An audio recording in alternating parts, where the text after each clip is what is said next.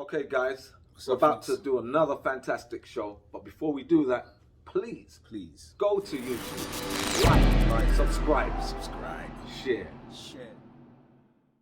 What is the best approach to inhibit the estradiol assault? Are there any known dietary triggers that send signals to this area? Like I said, anything that's going to trigger inflammation is going to set the endometriosis in a space where it's even harder to get rid of.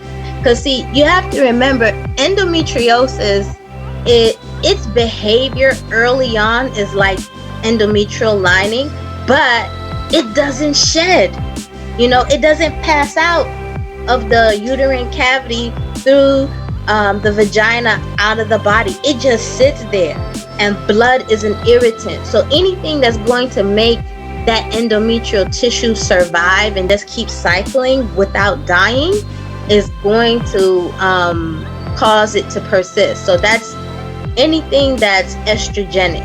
So that's not just your processed foods, but that's also certain vegetables. If I remember correctly, correct me if I'm wrong, Dr. Amsu, there's certain peppers, bell peppers and cucumbers and soy are among many. So somebody had asked about polyphenols, right? Yes. So polyphenols, generally we big up polyphenols, right? But there are four main classes of polyphenols, right? So we have phenolics, we have stilbenes, we have flavonoids and ligands, right? So ligands are basically phytoestrogens. So in that class of polyphenols, that's what we tell any women or men who are experiencing estrogen dominance to avoid ligands, right?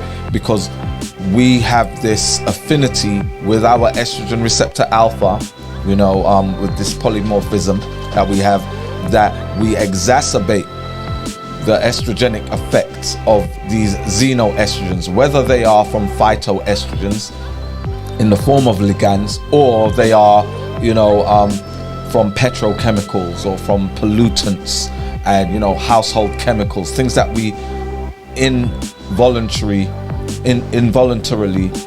ingest, yes. Right? So ligands, not all polyphenols are equal, right?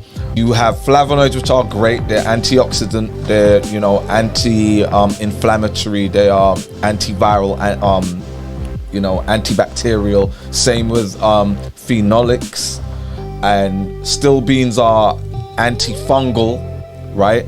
It's those ligands, and ligands are found in soy, found in flax, found in certain peppers like bell pepper. So that's why in the book Got Fibroids, the Fibroid Elimination Bible, which is all about female reproductive disorders, we have a food list of these are the foods that you avoid when you are estrogen dominant, and we have a food list of these are the foods that you should incorporate into your diet if you are estrogen dominant. So there are certain phytoestrogens which have a greater affinity to estrogen receptor beta, which basically estrogen receptor beta has the opposite effect as the alpha receptors, which exacerbate the effects of estrogen, right? So cauliflower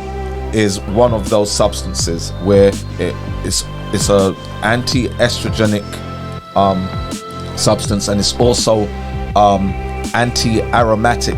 It stops the effects of aromatization, right? And aromatization is that process of converting androgens into estrogens, right? And again, with us as black people, we have that genetic polymorphism which we produce more aromatase than everybody else, and aromatase is an enzyme, right? So we have this genetic, not mutation, polymorphism, because it's unique to us, right?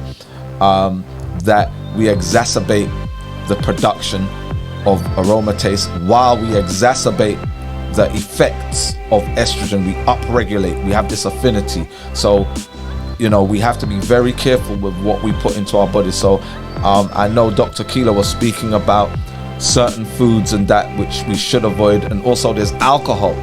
There are things that we do socially.